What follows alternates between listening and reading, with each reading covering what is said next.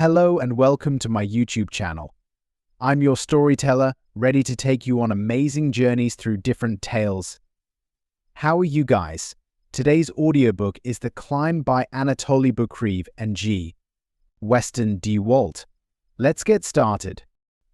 I recall the events of May 1996 on Mount Everest with a mix of pride and sorrow, knowing that I was both a participant in one of the most extraordinary feats and a witness to one of the most tragic episodes in the history of mountaineering. I was hired as a guide by Scott Fisher's Mountain Madness expedition, a group that was to make its ascent during one of the most dangerous periods on the mountain, when the commercialization of Everest had begun to overshadow the inherent dangers of the climb. The pressures of guiding clients, many of whom were less experienced, weighed heavily on us. As we prepared for the summit push, I made decisions that were later criticized but which I believed, and still believe, were essential to our survival. I chose not to use supplemental oxygen, a choice rooted in my belief that it was necessary to remain sharp and alert at such altitudes. My acclimatization, I felt, was sufficient, and I wanted to be in the best condition to assist others if needed. The climb from Camp IV to the summit was grueling, and I reached the top ahead of most of the team. But what should have been a moment of triumph was overshadowed by an ominous storm that began to brew. Descending from the summit, I encountered climbers still making their way up, dangerously late. I was concerned, knowing that these delays could be fatal. When I reached the South Col, I rested briefly but remained vigilant, ready to respond to any emergencies. My decision to descend earlier, rather than waiting for all the clients, was later criticized by John Krakauer and others.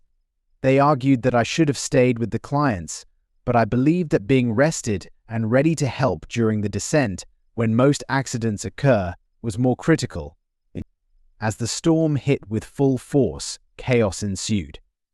Visibility dropped, and the cold was so intense that it numbed the senses. Climbers were disoriented, scattered across the mountain, and the radios crackled with fragmented pleas for help. I knew I had to act. I ventured out into the storm 3 times that night, risking my life to find and rescue climbers who had become lost or incapacitated. I found several climbers, including my fellow guide Neil Beidelman, and together we brought them back to the safety of the tents. But despite our efforts, not everyone survived. The next day, the storm had not relented, but I knew there were still climbers in dire need of rescue.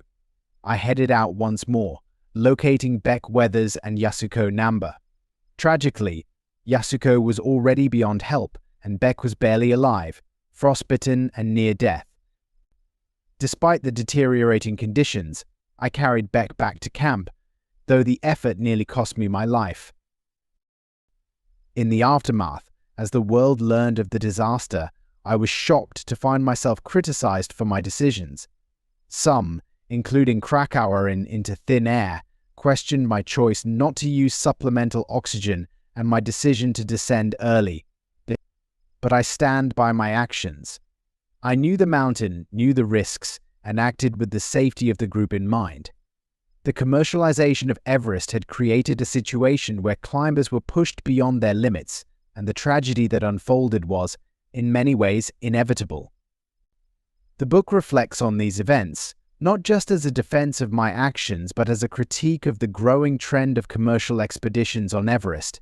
The mountain demands respect, and the decisions made on its slopes must prioritize safety above all else. The climb is a testament to the courage and resilience of those who survived, and a tribute to those who did not. It is also a call for reflection on the ethics and responsibilities of guiding on the world's highest peaks. Throughout the narrative, I emphasize the importance of experience, preparation, and humility in the face of nature's raw power. The tragedy of 1996 serves as a stark reminder that even the most skilled climbers are at the mercy of the elements. In the end, we must all acknowledge that the mountain, not man, is in control. If you enjoyed this video, please like, share, and subscribe the Sonic Library for more audiobooks. I hope this story left you with something to think about. Stay tuned for more new videos.